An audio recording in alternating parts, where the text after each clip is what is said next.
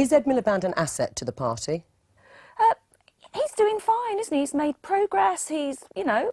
gosh, would we have liked to have done better? Yes, of course. But are we making progress? Yes. It's about your direction of travel. It doesn't sound like a ringing endorsement, SIOBHAIN McDONAGH, to say he's doing fine. Is he doing well enough at this stage, bearing in mind the recession that we've had and the way the economy is? I think he's doing extraordinarily well, given that, you know, how long ago was the general election announced? 2 years ago. That, you know, we got one of our worst results ever, and I think he's bounced back incredibly quickly. Not much of a bounce back, SIOBHAIN, if you couldn't win Lancashire, which one of your top targets, if you couldn't win Staffordshire, if you couldn't win Cumbria. Well, you know, those are really major failures on Labour's part, I can sleep at night knowing that we got the largest share of the vote in parts of the country which are not naturally our own. I understand that, but overall your vote share as the leading opposition was less than Michael Foot got in the equivalent elections when he was leader of the Labour Party. Situation. Let's just have a look. Nigel Farage has been on the airwaves today saying he's going to contest a seat in 2015. Are you worried it might be yours?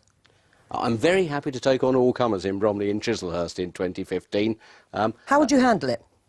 I would stick exactly to being straight with people about the real issues that confront this country, sorting out the economy, certainly dealing with immigration, because we need to toughen up on immigration, and also giving people a vote on a renegotiated, sensible alternative as to what we do for the future with Europe. The last time London had council elections in 2010, you didn't win any seats. Do you think the capital's too liberal for UKIP? Well, we just won a council by-election I mentioned earlier in Harold Hill, which is not far from your old stumping ground, Bob, with a real big result. We got UKIP polled more votes than Labour and the Conservatives. How well are you going to do?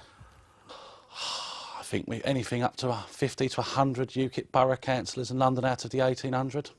Do you think that's pie in the sky? I think Kerry's being optimistic there. Of course you've got to take... Well, if you fix the economy, you'll be right. Oh, I'm sure you're right, Kerry. But I think that what I'd say is this. Give you an example, Joe. Fine. I was in Swanley Briefly. yesterday. That's a very similar demographic to the Harold Hill area you're talking about. Conservatives won that seat, and so it doesn't automatically read across. Well, time will tell. Kerry, thank you very much. Since the days of the pea supers, air quality in the UK has been a concern. Now Britain's air has been deemed illegal. That's the judgment this week from the Supreme Court, and the worst offender is London. The case will now be referred to the European Court for a final ruling which could result in a swingeing fine for the UK government. So has enough been done to try and clean up our act? Jennifer Conway reports.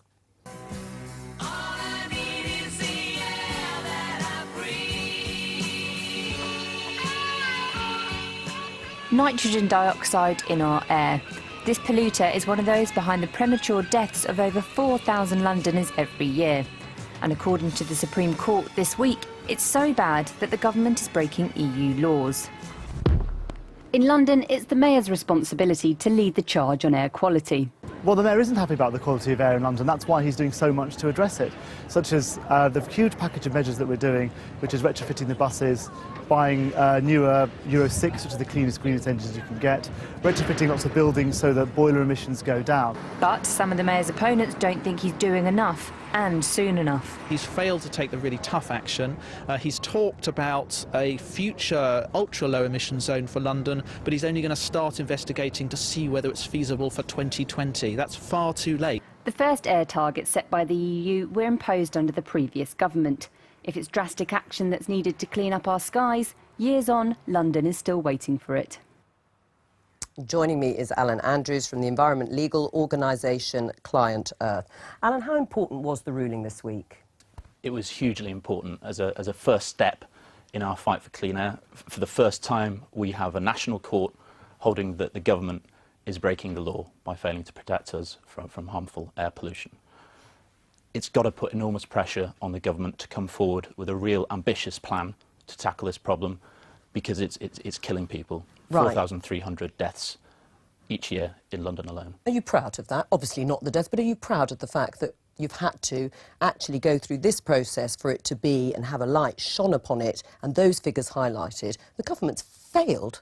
Well, actually, the government spent a great deal of money and investment in tackling this issue. It is a big issue, and it's quite right that we highlight it. We should take it very, very seriously. But it's also worth remembering that, in fact, out of the 27 EU member states, 22 are in a broadly similar position to the EU. That's to say this. Right. We're meeting the targets both daily and annually on particulates, but there is an issue about nitrogen oxide, and we, like many of the others... thing that's killing people, isn't it? But what I'm saying is you put the British situation in context with much of the Western European part of the EU in particular. So we've all got to redouble our efforts on this, and that's what we're doing. We've invested over £1 billion since the general election on air quality measures. Does that satisfy you? 10 billion. No. I mean, the first thing is that the coalition government have not come forward with any new significant policies to tackle nitrogen dioxide. Yes, this is an EU-wide problem. Other member states are struggling. But London is the worst polluted, in terms of nitrogen dioxide, worst polluted capital city in the EU. So we are bottom of the class. I think it's fair to say now, Adam, isn't it, that the anticipation is that London's compliance time is about broadly on the same trajectory as Paris's. Now, I do accept that we've got to continue to work at it, and, you know, the Mayor has got an awful lot he's doing on that. That's just putting it into context, that's right, all. but, I mean, well, these standards were first imposed under a Labour government, and the first target was breached within weeks. Why wasn't anything done to address it then? I think loads was done to address it. But clearly not enough by either government. And I congratulate Client Earth on their success. I mean, even for me as a London MP, it's never been top of my list or my understanding. I can't believe that it's the second most biggest public health issue, and more people die prematurely from this than from road traffic accidents, alcohol and obesity, twice as many. I mean, I suppose... So should it be a greater concern? Gosh, absolutely. I mean, isn't Marylebone High Street something like the 4th worst place in Europe? I mean, it's... Marylebone Road is the worst of any capital city in the EU, but streets like Putney High Street and Brixton Road in Lambeth are 3 and 4 times the legal limits. Do you think it helped that the Mayor scrapped the congestion western extension zone, bearing in mind much of this nitrogen dioxide, of course, comes from diesel fumes?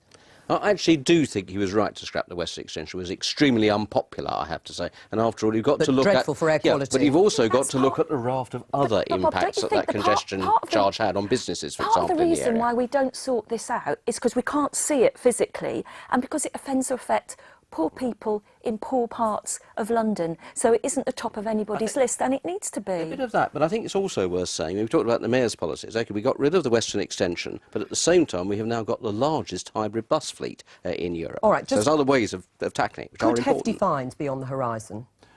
Potentially. I think the first thing to be clear on is the last thing anyone wants, including Client Earth, is for the UK taxpayer to pay for fines.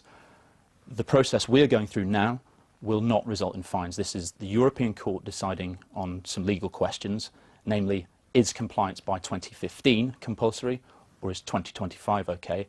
It will then come back to the UK Supreme Court, who don't have the power to issue fines, but they could order the government to come up with a new plan to tackle pollution. Alan Andrews, thank you very much, and we'll continue to follow this story. Now, it's time for a look at the rest of the political news in 60 seconds.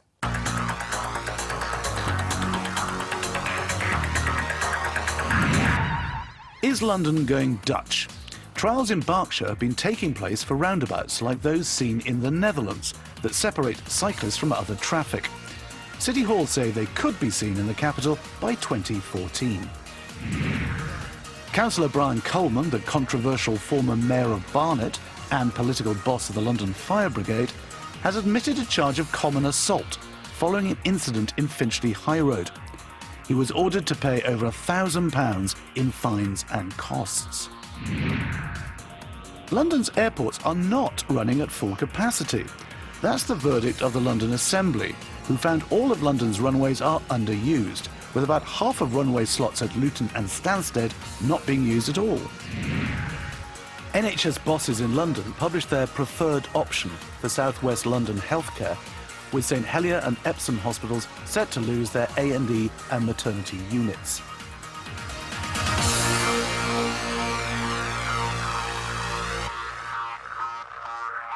Siobhan, let's pick up on that last issue. Obviously something close to your constituents' hearts. Yeah. I mean, did you think that St Helier's was off the hook? No, it was never off the hook. Wasn't it? But the plans are even worse than anybody expected. I mean, basically, they're going to leave us with a walk-in centre. I mean, 90,000 people went to the A&E at St Helier last year. 3,600 babies were born. This is not a small place. I mean, it's interesting, we were talking about air quality. Those people are now going to be in ambulances and in cars trying to get to St George's in Tooting, trying to get to Croydon University. I mean, it's a plan that's devastating. Except, of course, health professionals quite often say that adding a few extra minutes to your journey, if you're going to a specialist centre, won't, in fact, harm your outcome. It might improve it. But we're talking about volumes. We're talking about 90,000 people who turned up. We're not talking about a few around the edges. And they admitted 25% of those people who went to the A&E. These are not people who are making irrational decisions. Right, Bob Neal, that is the problem, isn't it? Is money being put into the other hospitals who are going to have to absorb the tens of thousands of people that will no longer be going to St Heliers? Well, certainly as far as my own part of the world, we've had a similar exercise in relation to what happened with Bromley and Queen Elizabeth in Woolwich and Lewisham Hospital. Two things that struck me: that there is a commitment to investment in the other hospitals. That's very important. We do have that. And, and in Croydon Hospital, your Conservative colleague is very worried about how that hospital is going to cope. I think it is important that we get the right investment to help those cope. I took that up with the department in relation to Princess Royal at Bromley, and I've had some reassurance I think we will get somewhere. I don't know, if Bob's ever had the opportunity to go to St George's in Tooting, but I defy anybody to go onto that site and understand where you're going to take tens of thousands of people and be able to treat them. Is it possible? Well, I think the other bit I was going to make, which struck me was, and you've raised the point, Joe, which we also have to bear in mind, is that I was very struck that the plans around Lewisham and South East London, there was a very strong consensus from the healthcare professionals. They weren't just saying this is a marginal thing. All right. They were strongly saying you need these specialist units. Now, are we the best place to second-guess them? I'll leave that question. Thank you to both my guests, and now it's back to Andrew Neil.